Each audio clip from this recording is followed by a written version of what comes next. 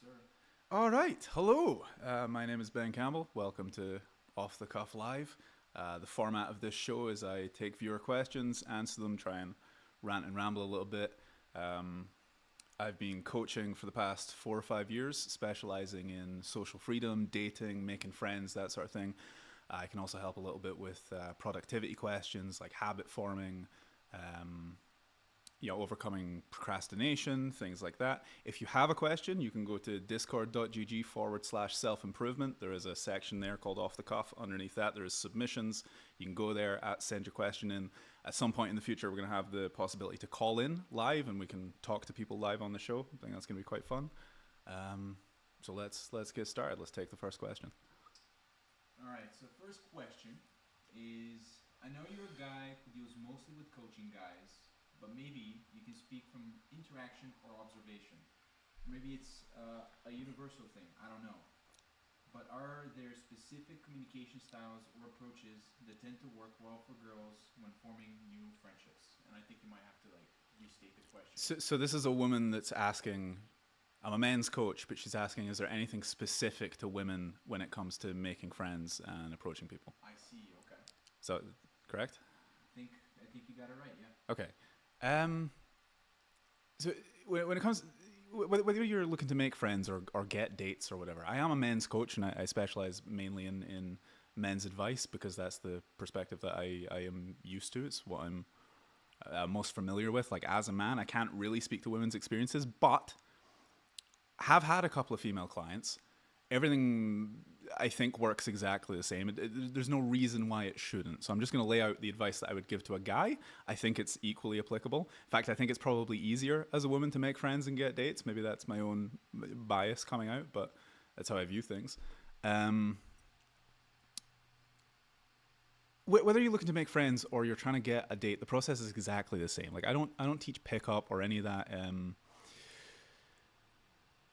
sort of pseudo personality bullshit where you're trying to be someone else in order to get people like you. My entire philosophy is about what's the word that I'm looking for? Authenticity. Essentially, that advice of like just be yourself. It applies to this. Whether you're looking to make friends or you're looking to get dates, the process is exactly the same. Get comfortable with yourself. Start with like social freedom exercises and things like that, and get to a point where you are comfortable just going and talking to people and saying hello. You'll find that the majority of people are way friendlier than you think that they are. Like, everybody has these fears that are like, oh, well, maybe I'll say the wrong thing, or maybe I'll do the wrong thing, or maybe I won't know what to say and I'll be stumbling over questions.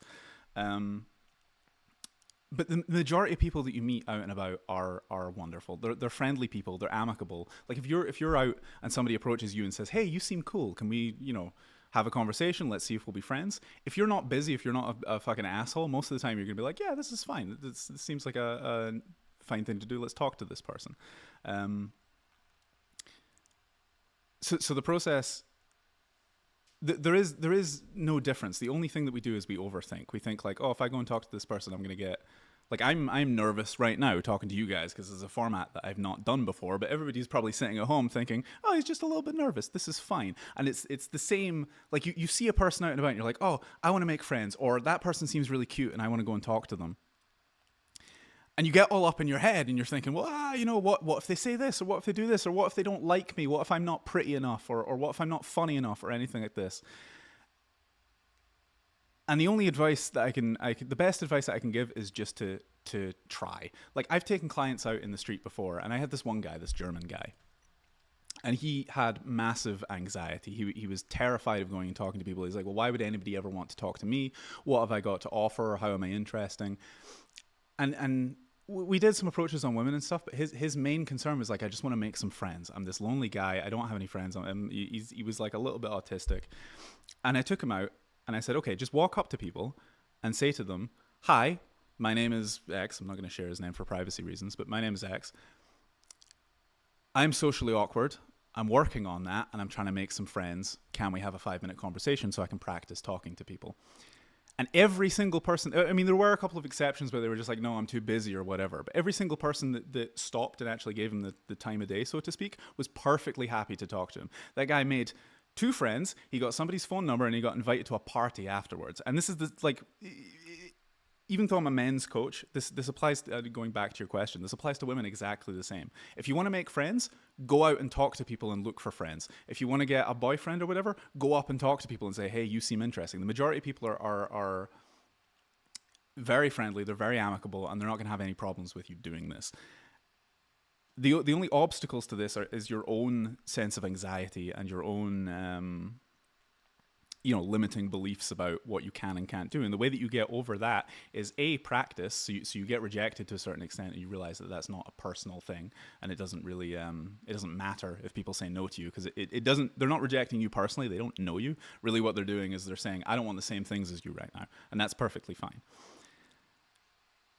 And also, going through this process enough times that you know what you want to an extent where you can start qualifying people. So say you want to make friends and you have certain interests, and your interests are that you like volleyball and give me an interest.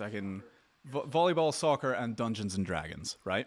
You could take that and you go, okay, well, where am I going to find the kind of people that like volleyball, soccer, and Dungeons and Dragons? And then you start going to sports clubs, you start going to gaming cafes, you start going to places like this, meeting the people there, and connecting with them, making friends with them, becoming more out of your shell and socially free around these people.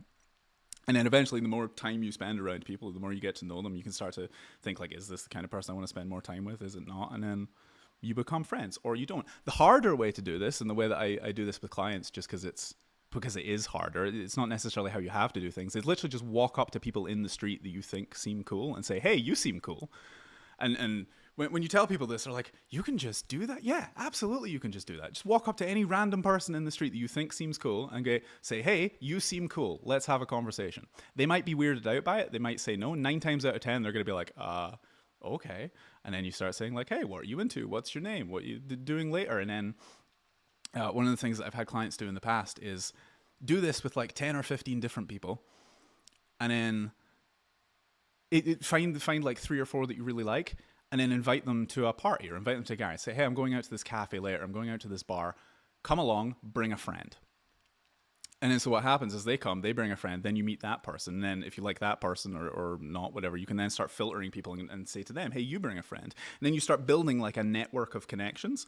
And then between those people, you go, oh, this person has this interest in this thing, and they'd get along with this person. And you sort of become this... spider is the wrong word, but like the spider in the middle of the web of social connections, and then you start to become known in your area, and suddenly you have infinite connections for people. And it really is just all about getting over that initial piece of resistance that tells you, I can't do this. People are social, people are friendly, we're social creatures, we're meant to be socializing, and there is really no obstacle besides your own internal bullshit, essentially. I hope that answers the question.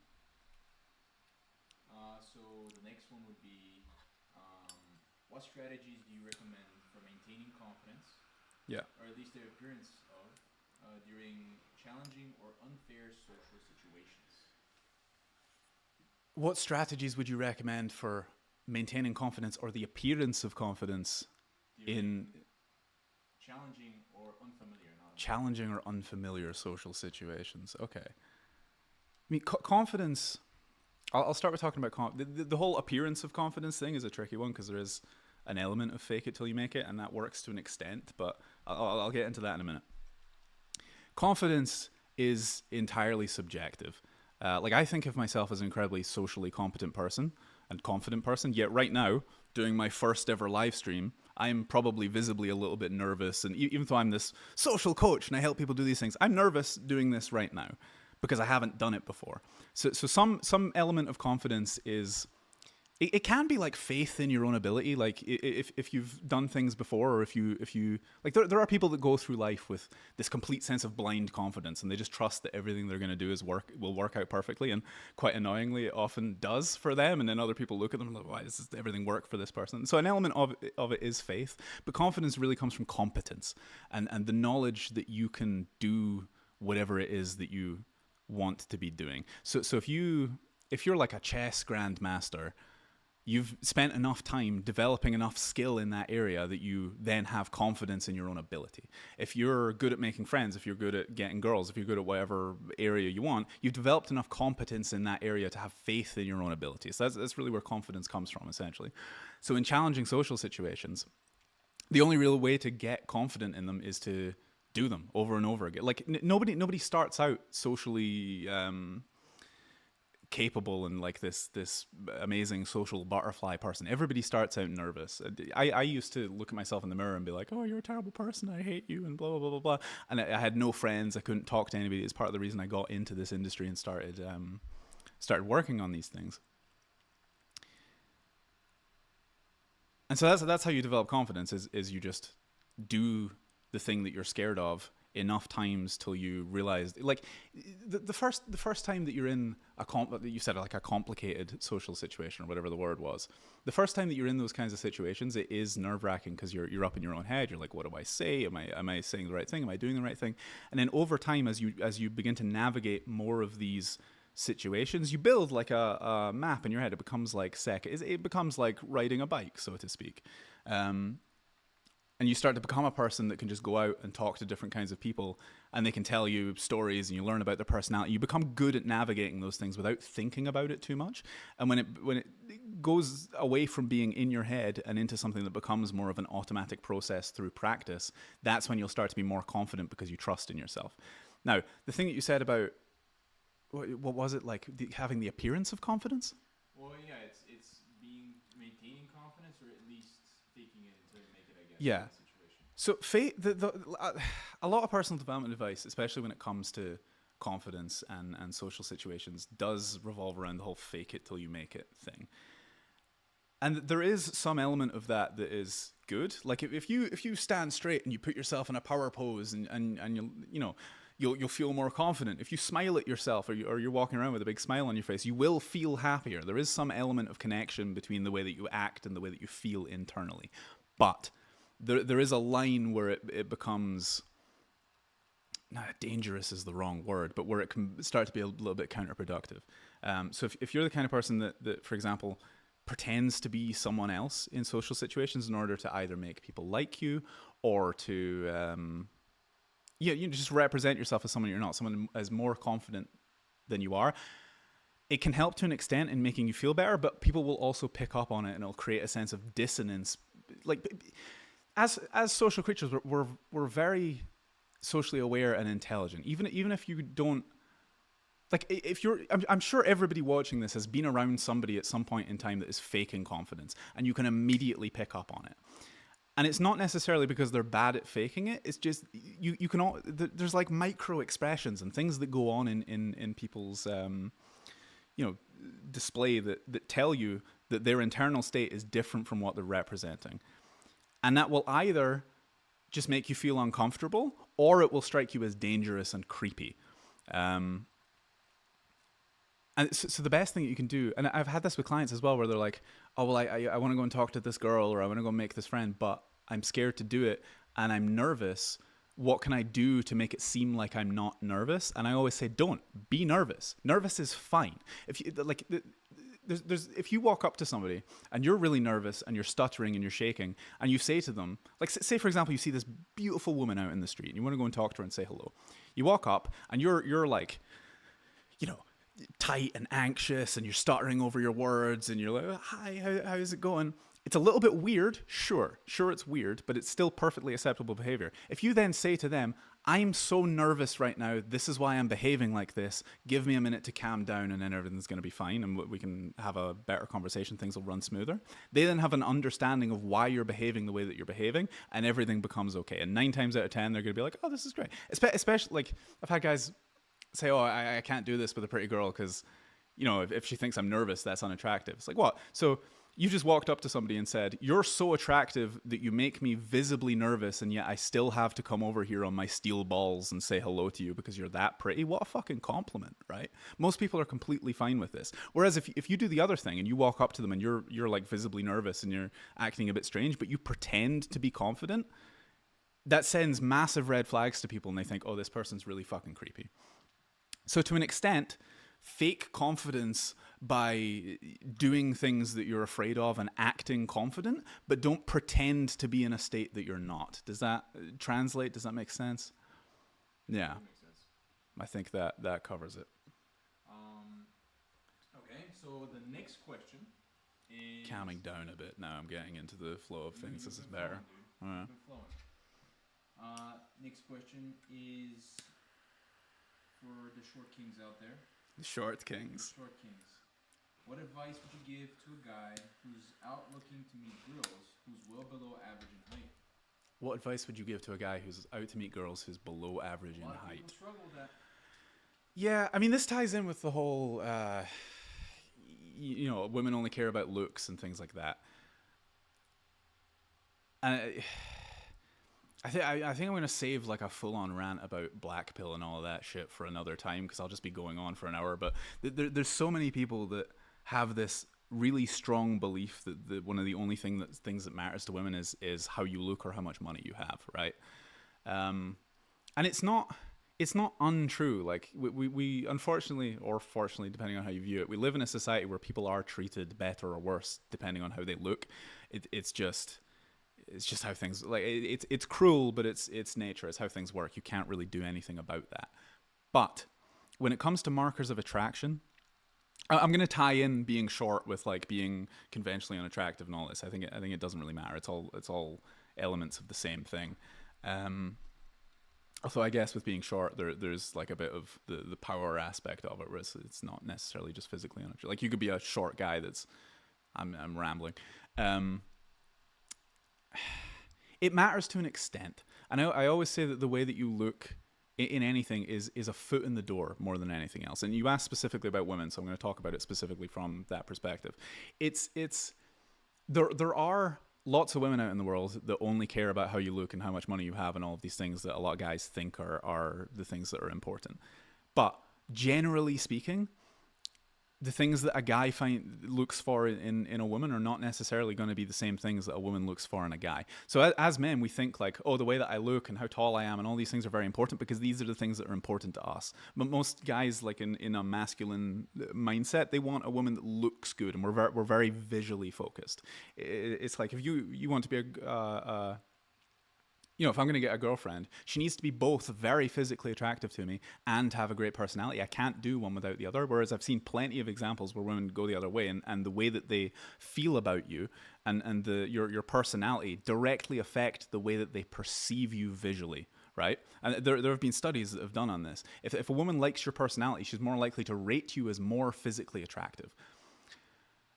So my best piece of advice for this is to let it go, except that it's like it will make things, if you're like a 5'3" guy or whatever, or you got a bad face, it is going to affect your chances a bit, right? But it's more of a foot in the door than anything else. The best thing that you can do is work on your personality, become someone that is likable, I think the women, the way that you look and money and things like that are markers of what I think women really want in a guy, which is power. And I don't mean power in like I'm this, dominant. Yeah, a little bit. It can be social power in that you have like a lot of friends and a good network and you're like the top of some hierarchy there, or it can be physical power in that you're this big strong guy, or like you look attractive. It can be monetary power and resources and things like that. It doesn't really matter as long as you have some semblance of something going on that makes you a worthy quote unquote person. Like I went through a period of my life where I was kicked out of I was 17. No, I was about 19, 20. I was kicked out of my parents' home. I lived in a tent in the woods and washed in a stream in the river. I had a bicycle which I cycled to work, and I worked a shit job in a deli. I had a girlfriend at the time, and things were going reasonably well. It's because I was a socially open person, and I had friends, and I had a network around me, and I wasn't... This is another aspect of it as well. It's like if you're a short guy and you believe that that's going to affect your results with women, it's going to affect your results with women. If you think, well, I'm so short that no one's going to like me, no one's going to fucking like you because you're short. Whereas if you just own that and you go, yeah, I'm a short guy, so I'm going to find a girl that doesn't care about that, or find a girl that's shorter than me, and then you go out and look for those opportunities, you're going to find them. It's the same with anything. Like you roll the dice when you start life and you get certain physical attributes and you're born into a certain family and a certain postcode, and hell, all of us in the West right now are extremely lucky to be born where we are, and we have amazing advantages that we don't think about because it's hard to look at the things that you have. God, I rant a lot. Getting back to your question, best advice for short kings: stop worrying about the fact that you're short. accept that it is a little bit of a handicap, but also realize that there are plenty of people that it doesn't matter to. And rather than focusing on the people that it does matter to, go find the people that it doesn't. They do exist. In any social situation, you're going to find there's every kind of person in the world. So decide what you want and go and find that person. There's a lid for every fucking pot. I'm not going to tell you that it doesn't matter, because it does to an extent, but it doesn't matter nearly as much as you think it does. There's a good answer, man. It's a good answer out there. This keeps going out. So this is something that I sometimes question myself. You personally? Yeah, because it's if you were to go back in time, right, and you're a young person now, and you would try to help yourself, to guide yourself a little bit better, what would you tell your 16-year-old self? What would I tell my 16-year-old self? Yeah, to navigate life better, I guess. What skills would you tell him to learn? This is a really fucking cop-out answer, but I like where I am currently, and I wouldn't change anything about the past. So I'm going to change the question and change it to, what advice would I give to a current 16-year-old? Yeah, I guess, yeah, you're right. Yeah. So what would you say to a 16-year-old to help them get to a spot that they be like you, as an example? In what area? Well, it wasn't specified here, but right. Let's say, as men, we value ourselves based on success. So let's say success, and then also, I guess, women and dating. Yeah. So as a 16-year-old, how do you get to the point where you're having success with women and you feel like you're valuable in society and things? Because I think as a man, it's very important to people think of leadership as a masculine quality, and I think it is to an extent, but I don't think that every man has to be a leader. I think that a lot of guys just want to feel like they have a sense of purpose and that they're valuable in some. And this applies to women as well, but I can't come at their perspective because I'm a guy. I think the men want to feel valuable, and they want to feel like they have something that they're doing that is contributing to society or their family, or just that people want them around, that they're valued in some way. And historically, it used to be that you'd wake up and you had something to do. It's like, oh, well, I got to build a fire and help my buddies put this house together and go and hunt some meat and make sure that my family's taken care of and that my community is protected from predators and invaders. And in a modern world, we lose a lot of that. Women are in the workforce, children are in school, everybody's earning their own money, and people are far more independent and less community-based. And I don't think that that's necessarily a bad thing, but it does have a lot of negative effects on young men specifically, I think. Because you're waking up and it's like, okay, well, I can go and make some money, I can take care of myself, and bills are hard to pay and shit, and the economy's a disaster. But you have this sort of feeling of like, what am I here for? What am I doing? What is my purpose? The best advice I can give to young guys is try and make good friends, not the kind of people that let's just go and smoke weed and drive around the council. Like make good friends that are and this is hard to do because people are shitty, but try and build a good network and a good community of people that you can trust and rely on. And you might have to wait till you're out of school to do this, and you can move to like a different place because you can't always, you're rolling the dice with where you start off. But try and build some sense of community. Get comfortable with a sense of vulnerability in a healthy way. So not being needy with your vulnerability and I need the world to fix me and I feel so bad, but becoming comfortable with expressing the parts of yourself that you aren't happy with and the parts of yourself that need fixed in a way that's like, this is what I'm doing about it, and do that with a community of other men who are doing the same things. Because then you're starting to build a sort of tribe, right? And if you have people around that value you, that solves half of the equation. The other half is do something for society that you feel is valuable. Whether that be like go out and find a problem and work on it and start fixing it, or even just like go to a fucking soup kitchen and volunteer. Do something that isn't about you, that makes you feel like you're valuable to other people. Like just go and do something that makes you valuable to other people. It really doesn't matter what it is, as long as you're getting the feedback that you are worth something, right? And a lot of this is internal as well. Like the narrative that you have inside your own head is important, but do things externally to get good people around you and do things that make you feel valuable to others.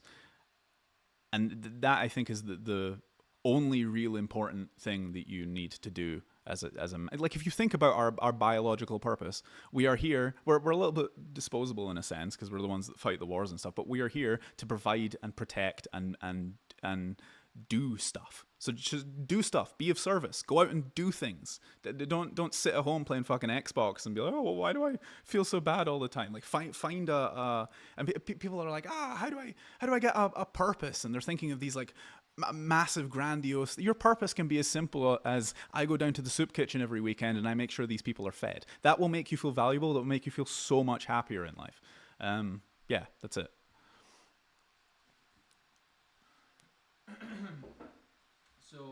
Oh, sorry. The other question was about women. I didn't answer the women part. So that's how you feel valuable in and of yourself, and you like develop a sense of self-worth, and you feel like you're important, and you don't just want to fucking kill yourself because you have nothing to offer to the world. With the women part, I mean, as you start to feel valuable, you start to your own sense of self-worth increases, your confidence increases as well. Figure out what you want, and just start going out and going on dates and talking to people and getting over your social anxiety and all that bullshit, practicing social confidence and like navigating social situations. Start going on dates, start meeting a bunch of people, figure out what you like, what you don't like, and then you'll get to a point where you have the capability to meet women. It stops becoming a hard thing to do because you're practiced at doing it. You're over really all it is getting over the fear. So you get over the fear, and then you date a bunch of people, you figure out what you want, and then you go and find that. And you know what you want, you have the capability to do it, so then you go and find it. And so then you have no problem. And if you're talking about like attracting women, yeah, money and good looks will help, but so will social status and personality, and just be someone that is in some way unique, right? Do something, do anything that sets you apart from other people, and you will be attractive. Not just to women, but to friends as well. Like if you are someone that if you offer something that they can't get somewhere else, then you're attractive. And so that's how you feel better about yourself and become more successful with women. Now, this is an interesting question for me as well, actually. Yeah. What are the top 3 mistakes that you see people make? Here it says the dating industry, but I would just also say in terms of dating. Like, the top 3 mistakes that people make in dating. Getting into pickup, because that's fucking bullshit and it'll ruin your life. And like the red pill and the black pill, all any ideology that lowers your sense of, like, people think pickup raises your sense. I'll get into that later. But any getting into any ideology that lowers your sense of self-worth, or believing anything is going to get in the way of you making friends and getting girls, that's the first mistake, and that's the biggest mistake. Allowing fear to dominate your behavior. So just because you're scared of doing something doesn't mean that it's a bad thing to do. It's like, if you go and talk to that person, it's going to be fine. Your brain is telling you that it's not going to be fine because it wants you to survive and not be like a social pariah. But it's bullshit. You don't need to worry about that. We can talk about you. I'm sure we'll get into that at some point. So that's mistake number 2. Don't fall into bad ideologies. Don't let fear dictate your behavior. And that's it. That encompasses everything, I think. 2 top ones. Don't hold on to things for longer than you should. And this one sounds kind of callous, but it's like, if you are surrounded by people that aren't good for you, you need to cut ties with those people and find like better friends, better relationships, all of these things. Don't think that you don't deserve those things, and don't think that you're a bad person for saying these people aren't right for me anymore and they're harming my life. Like we've all heard that you're the sum of the people that you spend time around. It's so fucking true. So find good people to spend time around. And that helps you with dating? Everything. Which leads me now to a different question that I'm kind of like a little bit in as well. Okay. Which is, the question is like, what are some ways to get over a breakup in a healthy way? Okay. But for me, it's more so because I feel like I've been dealing with the breakup in a healthy way. But okay. It's more of a, how long is it normal for a breakup to last versus how long? Like how long is it normal to feel pain for? Well, not even pain. Like more so, like thinking about that person. You know? How long is it normal for that person to be in your head, and then afterwards, if that person continues to be in your head, like what the fuck? Right. So how do you get over a breakup in a healthy way, and Yeah. how long is it normal to be thinking about a person for? Correct.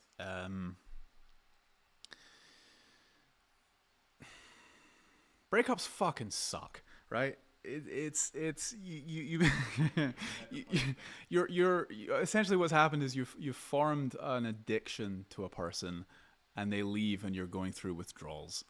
And it really like I don't mean to equate love to a drug, although like I don't think like that in terms of the purely scientific. It's all just chemicals in the brain. Like I believe there is some like beauty and spirituality to these things, but coming at it from a pragmatic perspective, yeah, breakups fucking suck. You're withdrawing from a person.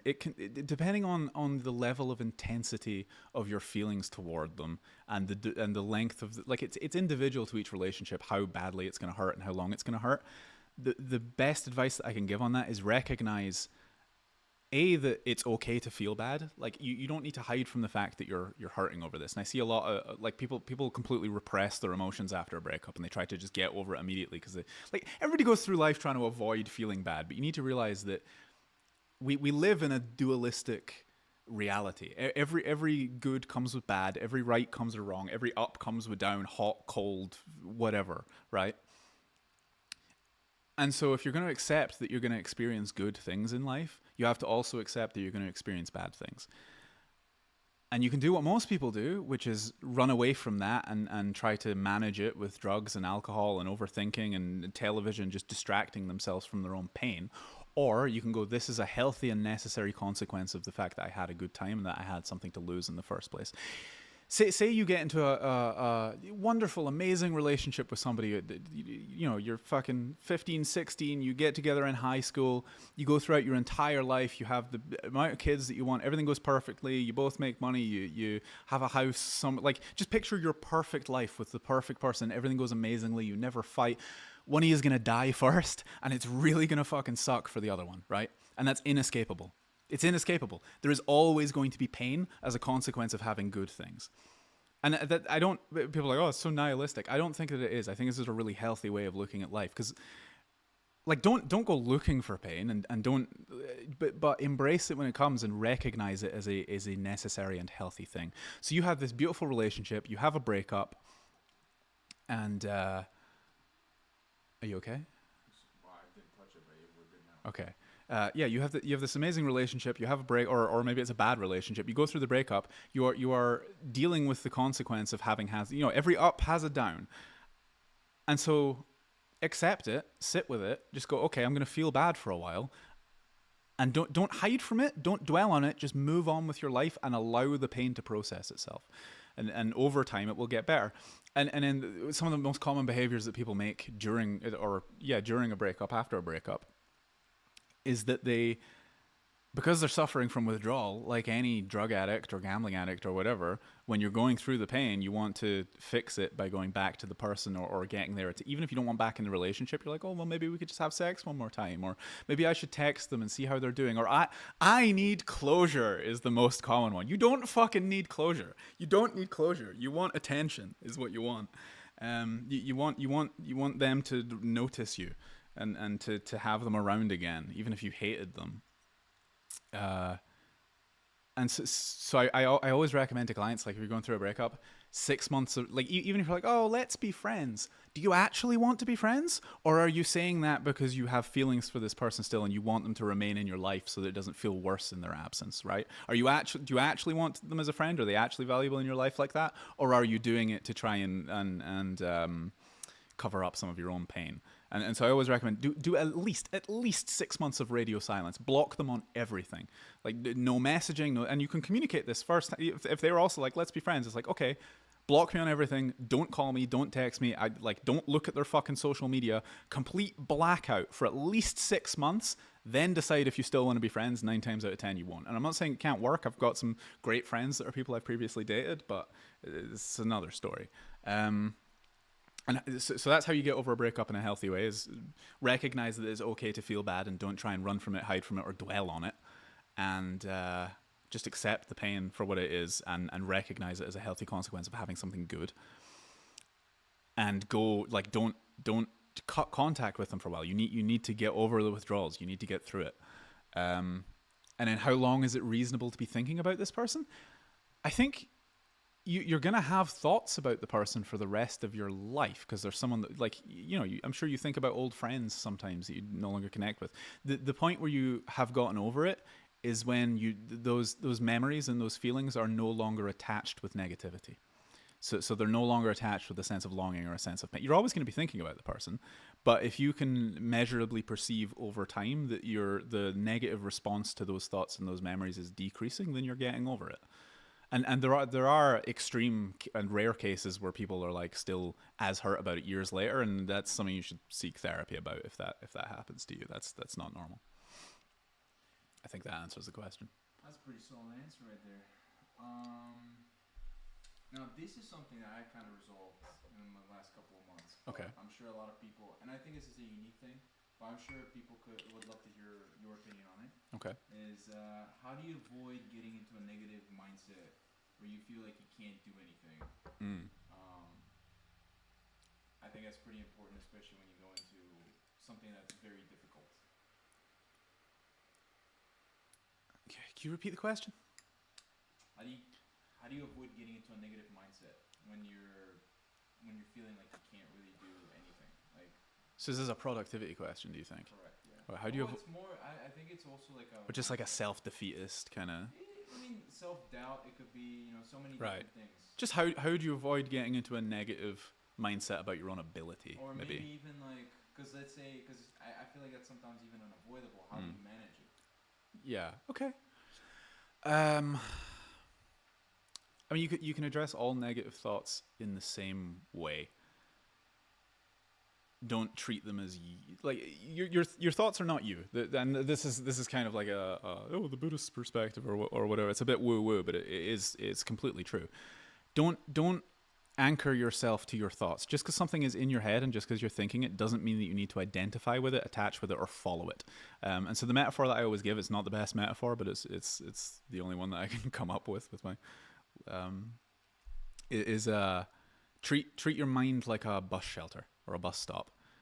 All day, every day, there are. I know it's a bad metaphor, but I haven't come up with a better one yet. Treat your mind like a bus stop. There are buses constantly coming through, right? And each of them are. Think of the buses as your thoughts. They're each labeled with different things, and some of them are positive and some of them are negative. What we tend to do is focus on negative things and get on those buses. And if you get on those buses, they're going to take you to their logical conclusion, and it's probably not going to be good. If instead so meditation really helps with this, like developing a practice of being mindful of your own thought process and developing a sense of meta awareness where you're detaching your sense of self away from your thought process. So you're no longer like embroiled in it. You can take a step back and like just do any practice where you're not attaching to your thoughts, you're just observing them. And then over time, if you separate yourself from your thoughts, you can start to recognize which ones are good, which ones are bad, and rather than spiraling and going to negative places, you can just let those thoughts pass through your head, or you can deny them, reject them. When it comes to like the subconscious and your thoughts and stuff, you can't say like, no, I don't. It's like if I say to you, don't think of a pink elephant, you're thinking of a pink elephant. Whereas if I say instead, think of an orange kangaroo, you think of an orange kangaroo and the pink elephant's gone. So you can ignore the thoughts and redirect yourself to more positive ones. And what happens over time is, going back to the bus shelter analogy, the buses that are coming in, if you don't get on them, it goes out of business. After a couple of months, those thoughts stop coming. So if you find yourself in negative thought spirals and thinking negative things about yourself or your abilities, part of it goes back to what I said earlier about confidence in that, like, start doing the things that you want to be doing and following your own word and getting shit done, and then you'll have more faith in your ability and you won't trust those thoughts anymore. But if you're having negative thoughts about yourself and your own abilities, ignore them, redirect to more positive things, and start telling yourself the things that you want to think and that you want to believe about yourself. And in the beginning, you're going to be like, oh, well, this is bullshit and it's not working, blah, blah, blah, blah, blah. Do this for a few months. Like every time you have a negative thought, you just go, nah, not going to care about that, and redirect and have a positive one instead, and just force yourself to think something positive. Over time, you will only start having positive thoughts. Like just recently, I realized that, like, I came back from a bad experience in a foreign country. where I was just stuck there for fucking months, and I was just complaining constantly, and I felt really miserable. And even after I was back, I was still complaining about it. I was telling everybody how terrible it was, and this, and but all sorts of bullshit. And I realized, stop fucking complaining, because you're just reinforcing feeling bad, right? So stop complaining. Stop thinking that like it's okay to feel bad, but it's not okay to create negative thoughts for yourself and dwell on things constantly. So ignore them, use affirmative, like don't say don't do this, but use affirmative things like I banish, I deny, I reject this thought, and like imagine yourself pushing it away. Then think about something more positive or distract yourself. Over time, as you start to cultivate a more positive headspace, those things will start coming naturally. It creates like a feedback loop. But yeah, in terms of your own ability, if you're having negative thoughts about your own ability, and it's not just your thinking, I mean, we can get into like productivity and habit forming and like building momentum and stuff later, I guess. And how do you feel about, like, for me as an example, in the last few months, I've been, because, I'm tackling something very big, very difficult, and what I've done to tackle my doubts in myself is faith. Okay. So faith into something. It doesn't have to be religion, Yeah. but I, as an example, have developed faith in the universe. What do you think about that? Like developing faith to combat or to eliminate decisions / things that are not in your control, because sometimes we worry about things that are not in our control. So bad things are happening in your life, and you're asking not like, even they don't have to have happened. Sometimes they're like, or just to get over the negative thinking. Yeah, you think that they will happen. Like for me, I used to be always worried about like, oh, that could happen, that could happen, this could happen. But then the opposite could happen, right? The best thing could happen. Yeah. So you have no way of predicting the future. I'll get to the faith. You're basically asking like, what do you feel is the role of faith in eliminating negative thinking? Well, not just that. It's like, what do you think that's? I mean, it is an effective way, but do you think what would you employ that as an example? Absolutely. Would So you recommend it? yeah, I mean, I am a what you would classify as like a spiritual person. I'm not a religious person, but I do believe in God. I believe in like some consciousness in the universe that is all powerful, if you will. I'm not going to get into that too much, but how that plays out in my own life is that I trust that everything is always going to work out, because I think that there is a plan, and people talk about the law of attraction, and they're like, well, the things that you think happen, they manifest into your reality. And they like your external state and the things that are happening in your life, you're not always in control of, but your general life situation is always going to be show me anyone whose life isn't a direct reflection of how they're thinking. And people think it works the other way around, and it does to an extent. It's like a spiral, but if you change the way you're thinking, your external circumstances change as well. And you can look at this from a spiritual perspective, and you can say, well, oh, it's the law of attraction. So I think in a certain way that goes into my subconscious communicates it with God, and then God manifests that into my life. Or you could look at it from an entirely pragmatic, rational perspective and say, I think in a certain way, that changes my belief systems, which changes the way that I act, which changes the results that I get. And no matter which one, I think they're both ultimately the same thing. I don't think that you can separate the two. But even if you ignore the spiritual perspective, having faith in something, whether it be yourself or in God or in humanity, if you will, like just choose. Like the world, as I said before, is a dualistic environment. There is good and there is bad, and you can choose which you get to focus on, and whichever you focus on is the thing that you're going to get. So if you have faith that everything's going to work out fine, it's probably going to work out fine, because you're going to act that way and it's going to create the results for you. If you believe that things are going to work out terribly, you're going to act that way and things are going to work out terribly. And faith, as it pertains to like when you're going through negative things, I think it helps to be a person of faith, because you like I've had some fucking horrible shit happen in my life, man. I'm not going to get into it too much, right? But like we've discussed this before, it's dark, right? It's undeniably dark.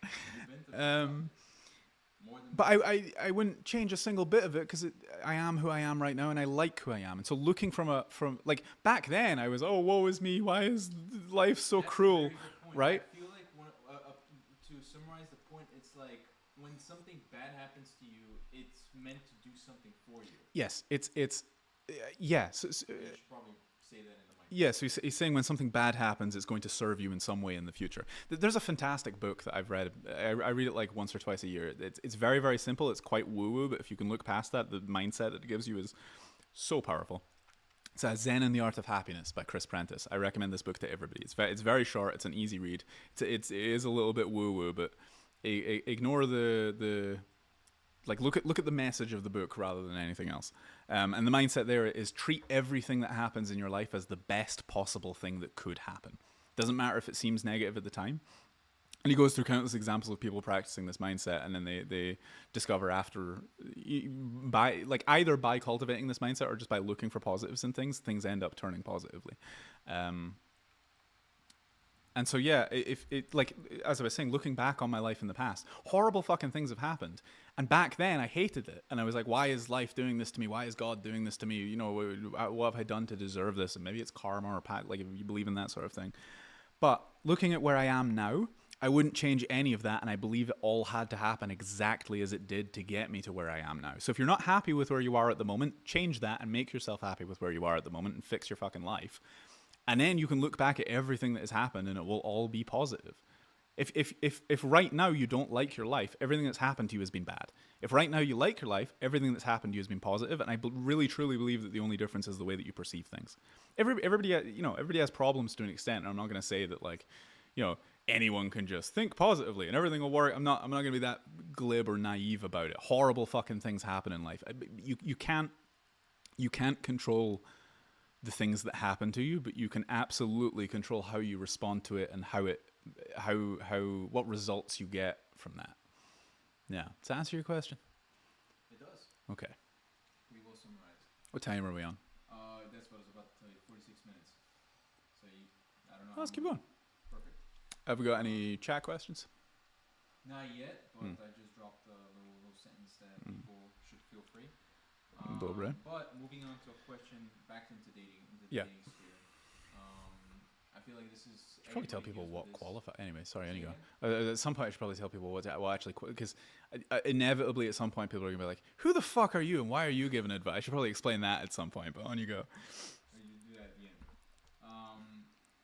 Rejection. Yes. That shit sucks, man. Yeah. How do you deal with it in a positive way, Ben? How do you deal with rejection in a positive way? Great fucking question. I love rejection. Rejection's amazing. It kind of eliminates the question. Yeah. So and this is a sales mindset as well. It's like go for rejection as quickly as possible. People treat rejection, especially when it comes to dating, as a message that they are not good enough. And that's bullshit. It's like if you, and I'm going to use it as the context of dating because this is what most people fear rejection. I mean, this applies to rejection everywhere, but I'm going to use it in dating because it's the most like prudent example. So you're a guy, you see a pretty girl, you go up and talk to her, you're like, hey, I think you're attractive, you want to hang out sometime, can I get your phone number, let's get to know each other, and she says, no, fuck off, right? A lot of people, like, the initial response that we have to that is to take it very personally and go, well, I'm not worthy of this person's attention, right? But the accurate way of looking at it, 'cause like the only way that someone can reject you personally is if they know you. Like if they know you really deeply and they know everything about you and they've judged you as the sum of all of your parts, then they can reject you on a personal level, and then yeah, you can take offense if you want to, or you could also just look at it as an incompatibility thing. All that rejection means is I'm not looking for the same things as you right now, or you're not my type, or what. And just because you're not someone's type doesn't mean you're not good enough. It's all about compatibility. People look at social things as like all or nothing, black and white. Either people like me or people don't like me, and that's bullshit. Some people like you, some people don't like you, and the more refined you are in your personality, the more polarizing you're going to be to other people. And some people will love you, and some people will really fucking hate you, and that's a good thing, because you are creating a filter in your life that allows the right people to come in. Like, I don't want to be someone that is liked by everybody, because then I'm going to be surrounded by middle of the road wishy-washy people that probably aren't good for me, right? I want to be somebody that people are either like, this guy's really fucking cool, or I don't like this guy, he's an arrogant prick, right? One or the other. Great. Fantastic. Because the people that like me, we're going to be more compatible, things are going to go well, we're going to have a better dynamic in our friendship, and the people that don't like me are eliminated from my life. That's a good thing. You can't go around trying to get everybody to like you. So how this relates to rejection? If you start viewing all social situations as being about compatibility more than anything else, you stop seeing rejection as a personal thing, and you start seeing it as just incompatibility. So they don't want the same things. I'm not their type, whatever. That has nothing to do with my worth as a person. It just has to do with our level of compatibility. And once you realize that, rejection is completely meaningless. It's like if you and how this relates to dating again. If I put you in a room with 100 people, 100 women, right? And each of them has an envelope in their hand, and one of those envelopes has a check for $100,000 with your name on it, right? All you have to do is go up to the person and say, "Have you got the money?" The person that has the money is going to give you the money. Everyone else in that room is going to tell you to go fuck yourself. How quickly are you getting to that envelope, and how much do you care about the rejection of the other people, right? Once you realize that it's all about compatibility and you're just trying to find the people that fit for you, you can go out and get rejected by 300, 400, 500 people. You're going to find 20 or 30 in the interim that really like you, and you have a great time. You become friends, you start dating, whatever, and all of the rejection doesn't matter anymore. The people that care about rejection have way too small of a sample size. They've been rejected by like 2 people in their entire life, and so everybody doesn't like me because 100% of the people have rejected them, you know? It's look at it from a bigger picture perspective and realize that it's about compatibility and it's not at all personal. This is another question. It's kind of related. And sorry, one more thing to attach to that. If you're taking it very personally, it's a signal that there is something about yourself that you are not happy with, and something about your confidence, something about your self-worth that you internally need to fix, and you're projecting that onto other people when they say no to you. Good point. Now this is a question kind of from chat. Okay. And it's related to what you just talked about, I think, in my opinion, because it's about vulnerability, right? Yeah. It's very important, in my opinion, especially when it comes to like embracing yourself. Yeah. So the user asks, you've talked early in the video about healthy vulnerability. Could you explain what you mean with this? Absolutely. So, and I think this is especially as important as a. Repeat the question. Sorry. Repeat the question. Oh, yeah. So someone in the chat said I mentioned vulnerability and expressing healthy vulnerability earlier, and could I expand on that and explain what I mean by that? Yes, I can. So the expression of vulnerability can manifest in 2 ways. It can either be healthy or unhealthy. Unhealthy vulnerability, I also call it needy vulnerability. So you have a problem, you have something that you don't like about yourself, you have some kind of insecurity or vulnerability or whatever it is, and you're expressing it in a way that is it's needy. You're so say for example you're in a relationship with a woman and you have certain insecurities. You're going to her and you're going, I have these insecurities, so I need you to modify your behavior so that I don't feel this way anymore. That's unhealthy vulnerability. It's going to people and going, I feel this way and I need you to fix me. And this is how most, I think, young men deal with vulnerability. So people have these experiences, but it's like, as a young man, if you don't have a good network of male friends around you, probably, for a lot of guys in Western society, maybe one of the only people that you've ever properly expressed vulnerability around is going to be your mother. Maybe your father, but more likely your mother. And so your relationship with vulnerability is a feminine thing. And so what I see and I see this in Bulgaria all the time, man, Slade. I've gone out and tell me if you've seen this as well. I see young guys that are like 14, 15, 16 with their girlfriends out in public, and they're latched onto them like koala bears, right? Yep. I think what happens is, as guys, we don't have, as young men in Western society, we don't have an outlet for healthy vulnerability with other men and with our society. And we're told like, oh, men can't be vulnerable and this and that. And so we bottle all that shit up. And maybe we've been vulnerable with our mothers and we associate it with women or not. Or we've heard that message that women want an emotional guy. And they do to an extent, but this is where the line goes between healthy and unhealthy. So unhealthy vulnerability is like, they've been bottling all this stuff up. They have all of this vulnerability. They don't have anywhere to put it. They don't have anyone to talk to. So they get a girlfriend and immediately start dumping all of their vulnerability onto her. And you can do that for, like, you can be weak in a relationship for a short period of time.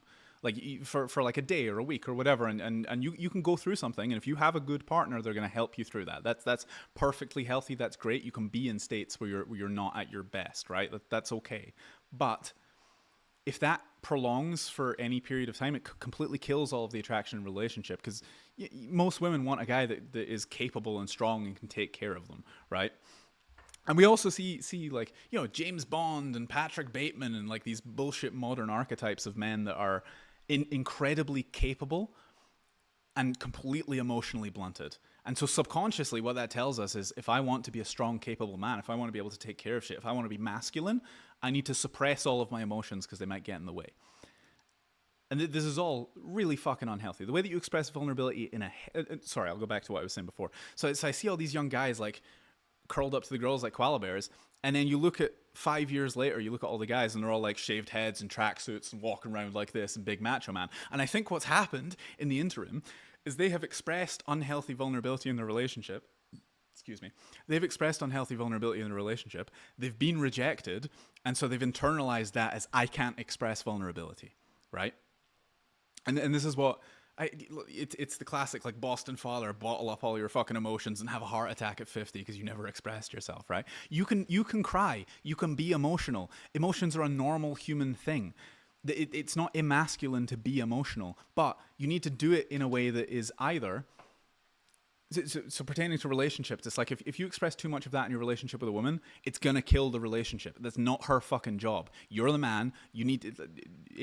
I'm talking about like a masculine-feminine dynamic. I'm not saying all relationships have to work like this, but if you're a masculine guy and you want to be a masculine guy, you want to attract feminine women, you need to be strong and capable and competent and take care of shit and make decisions because that's what makes you attractive to these people. If you then start expressing too much weakness for a long period of time, it completely kills all of the attraction in the relationship. So guys experience that and they start bottling up. You know who's not going to care about that? You know who's going to stick by you whilst you express that shit for a while? Your male friends. So get good male friends that you can be and this is a problem amongst guys, is that a lot of guys don't talk to each other about issues like that. Or they're all trying to be big and macho, and then they express it to their girl because they think the girl isn't going to judge them. Other way around. Keep that shit out of your relationship. Take care of yourself so that you can take care of her and show up as a man and have a good relationship, and then have a safe space with your and a healthy relationship with your male friends that you can go, hey man, I need you right now. I'm vulnerable, right? And they'll get you through that, right? So it goes back to the thing I was saying earlier about a lack of community. We don't have people around us that we can express these things with. So that's unhealthy vulnerability. Like I say, healthy vulnerability is, say you're in a relationship, you have some insecurity, you're jealous about something or whatever. You go to them and you say, hey, this is how I'm feeling right now. This is how it's manifesting in my behavior, and this is what I'm doing about it. You're not trying to make them fix you. As your partner, they should want to help you, and I think it's healthy in a relationship between a masculine man and a feminine woman that the woman is a sort of like you're the physical rock. You're providing things, and she's providing some sort of emotional safety for you as well. You both provide emotional safety to each other. That's part of a healthy relationship, and so you should be able to express yourself and be vulnerable and decompress and feel and get into your emotions a little bit more around her, but not to the point where it becomes weakness and it starts to get in the way of your capability, right? I hope that makes sense. So expressing it in a healthy way, like I say, is going, this is how I'm feeling. This is the vulnerability. This is how it's manifesting in my behavior. This is what I'm doing about it. You're not making it their problem. You're going, like, say you're going through something. Hey, honey, I'm going through something. This is why I'm being like this. I'm working on it. We're going to fix it. And then if they want to help you, that's fine. But just don't prolong that for a long period of time where you're in this like state of weakness, basically. Does that make sense? Makes sense. Is it? Yes. Okay. We can keep going. I feel like I'm pretty fluid. You've been flowing, dude. You've been flowing. Another question in chat. Yeah. If you may, yeah. The user asks, a word on planning versus action pertaining to bigger picture life design. Okay. Doing what you want versus trial and error. Yeah. If he's still in the chat, could I ask you to be a little bit more specific? And the thing is that you have a delay on, so. Oh, okay. How long is the delay? Like 30 seconds. I'll just try and fucking answer it. So planning. In my opinion. Yeah. Because I think I understand what he's saying, because I used to be kind of like that guy. Yeah. Because planning is important when it comes to taking action. Just what's the ratio you should be doing between how much am I planning something and how much am I actually doing? When do you know that you've planned enough to take action? Planning is good. Planning is important, but at a certain point it becomes mental masturbation, and you start planning as a form of procrastination.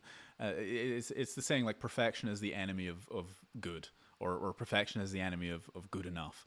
So if you're like, for example, this live stream, right? I'm using my phone as a camera. It's a mic that I already had. We're working on laptops. In my head, I'm like, oh, let's get this like amazing streamer set up with lights, and I'll buy a DSLR and all this shit. And that's the planning side of me. And part of that is just it's procrastination. I don't need anything more than what I have to start doing this. And my mindset on it was, okay, I've been coaching for long enough. I do the weekly calls with private clients. Why don't I start doing a live stream and just put this out there rather than on an individual basis and start answering questions? And my mindset is, if I do this, good results are going to come of it. And so I think there's a certain amount that it's planning is good, but when it gets to the point where you it's hard to, because people lie to themselves and they're like, oh, well, I need to do this and I need to do this. You need to be honest with yourself and realize where the line is between this is a good plan and I'm overthinking this. And I really do think that the best way to learn and the best way to develop skills is to just do even if it's bad to begin with, it doesn't fucking matter, because you're gonna get better. And talking about like I got into personal development when I was 14, and I started traveling around and going to seminars and meeting people, and that's how I got into the industry. I befriended some people that owned a company. I worked my way up. I've been coaching properly for 4 or 5 years now, but I've been in the industry for 12. And in the beginning, I immediately started acting, and it wasn't good. It wasn't good enough. I was like, I'm going to write a book about how to be happy, and it was all just like surface level bullshit, and not. I didn't know what I was talking about. I wasn't actually competent. I was just parroting things that I'd heard from other people, and so that was an example of the action not being good. But by doing that, I then learned, oh, well, I need to take a step back and start working on things a little bit more. So the action taught me how to plan better, and vice versa. The planning taught me how to act better. So there's a balance to be done with both. I think planning and action should sort of be done simultaneously. You should do enough planning to get to the point where you can act, and as soon as you can act, start acting, and then the rest. And then it's like it's a chicken and egg thing. They both develop together. I will also say, is my opinion. I'm not like this isn't my area of expertise, but that's my own personal experience.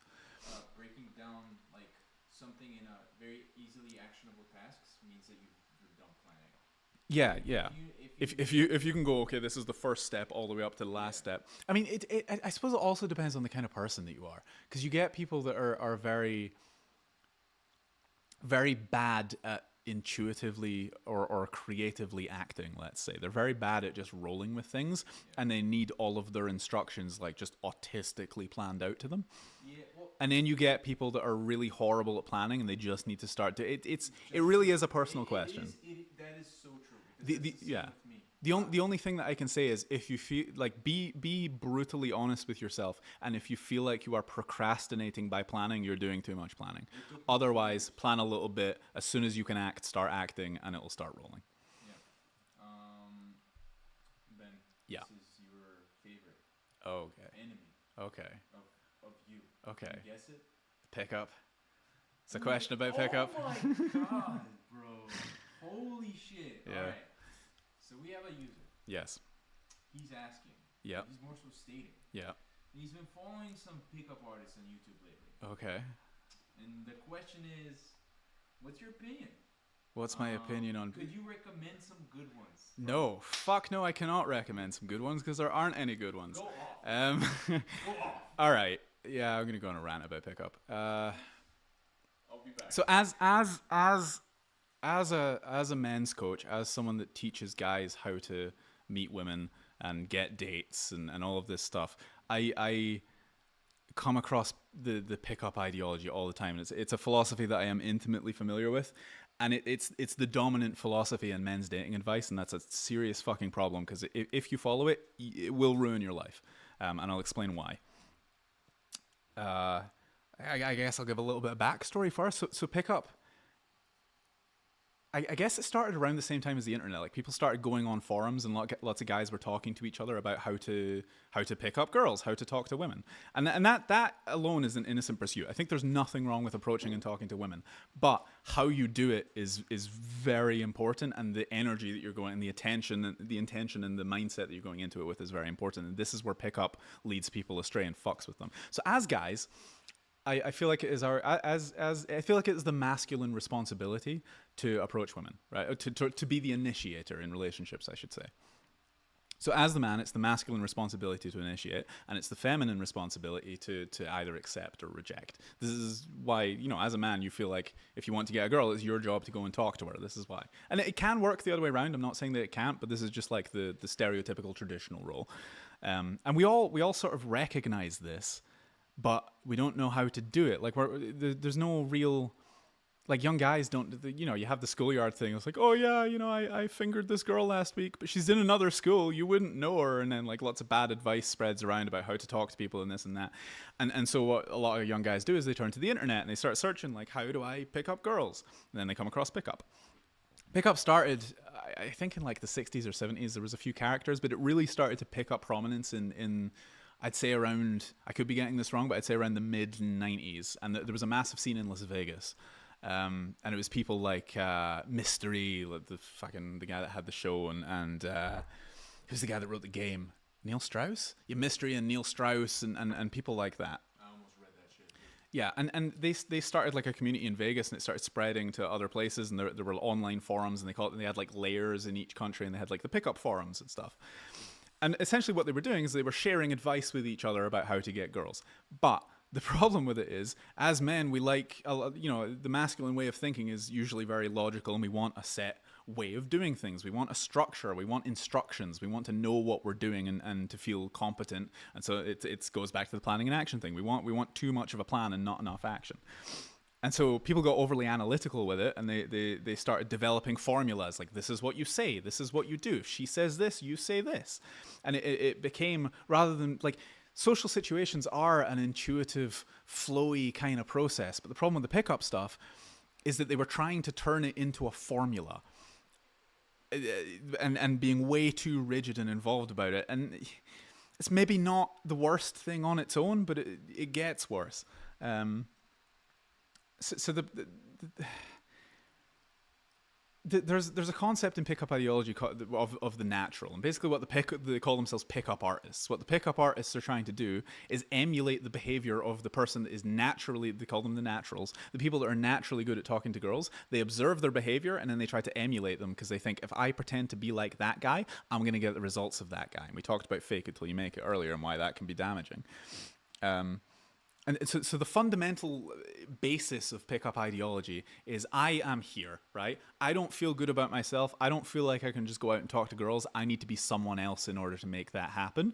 Pretty girl up here. I want pretty girl. Hot tits. Ha ha ha ha. So they place the women on a value system above them. It's like a subconscious thing. They're low value. She's high value. And so most of pickup philosophy is based upon making her feel better about you and pretending to be someone that you're not until she feels like you're better than you are, while simultaneously using techniques like negging and putting her down, and using like little playful insults and pretending that you're not interested in order to try and make her feel below you on this value system until she's insecure enough to want to fuck you. Whether they talk about it or not, this is the fundamental principle that pickup is based upon. It's not, we're all equal people and it's all about compatibility and just finding the right people for you. It's, I need to convince you that I'm worthy of your attention and respect, which automatically places you below people on a value system. And so what happens is, these people practice these things, and over time, they're creating, rather than working on themselves and developing like a sense of self-worth and self-respect and going out and finding compatible people and having great relationships, what they're doing is they're building a sort of pseudo personality on top of their own in order to interact with the world. They're saying, I'm not good enough to get what I want, so I'm going to be someone else. I'm going to put this mask on, and I'm going to use that to interact with other people. And this is a huge problem for a couple of reasons. The first is the thing we talked about earlier with like being creepy and causing dissonance and being nervous around people. If you are behaving in a way that isn't aligned to your internal state, people pick up on that. And so pickup works, but it works on two kinds of people. It works on people that are either insecure enough to not realize that you're playing games with them, or people that are playing games, they know you're playing games, and they're playing games back. And so I've met pickup guys, and I've met so many fucking pickup dudes just being in this industry, because like no one's giving good dating advice to men. It's all pickup shit. So I come across these guys all the time. And I've met pickup guys that get laid like rock stars, right? but they're not happy because they're just constantly meeting people that affirm a negative worldview about women and about relationships. So because they're meeting people that are either insecure and aren't very, good or compatible with them, it's just all about sex. They're also meeting people that, like I say, know they're playing games. And so they have all of these experiences like, oh, this girl cheated on me, and this girl treated me like a fucking bitch, and this one was... I met a guy who was fucking her cocaine dealer and selling cocaine out of his apartment while he was away at work. And it's like, they all have these horrible negative stories, right? And it's they're conflating... Like, sex is great, right? But what a lot of us actually want is meaning and intimacy and connection. And because we're repressed in our fucking emotions, we conflate that with sexuality. And we think and the only time that we're actually getting some sort of like connection and intimacy is through sexuality. And so a lot of these guys, they conflate sex with just like happiness and everything that they want. And so I've met so many of these pickup guys, they just become sex addicts because the only time that they're getting any sort of emotional fulfillment is through sex. And so what do? They just keep having sex and sex and sex, and they're just like, it's all they think about, it's all they do. And over time, if the worst thing that can happen to someone who's practicing pickups is that they get results, because what happens is it's so, like, you're putting on this fake personality. You go out, you interact with the world, you start getting results. It subconsciously reinforces the idea that you're not good enough on your own because you weren't getting results before. Now you're pretending to be someone else, and you are. God forbid this person that you've tricked into thinking that you're an okay human being discovers who you really are, because they wouldn't love you, and so they become trapped in this. I've met some of these fucking guys, and they're just like, you can tell that they're just so it's like they're trapped inside themselves. They're just like locked in. Everything's fucking repressed. They put this mask on and pretend to be someone else, and you can smell it a mile away. And the other problem with it is, it's like, I think as a guy, there's absolutely no problem with going up and talking to attractive women and saying, hey, let's go get a drink, let's have a date, how do you feel about this? But you do it in a way that is based on honesty and authenticity and creating a safe environment for everybody and taking no for an answer. And the other problem with these pickup fucks is that I get so angry about this. They go up to people and they talk to women. They use like mind games and manipulation. And so the majority of women who have been approached at some point in their life have been approached by either crazy people that don't understand that there are social boundaries in place and that you need to understand that if you're going to go and talk to people, or pickup guys that don't care about those social boundaries and they only care about getting into your pants, and they're using manipulation tactics.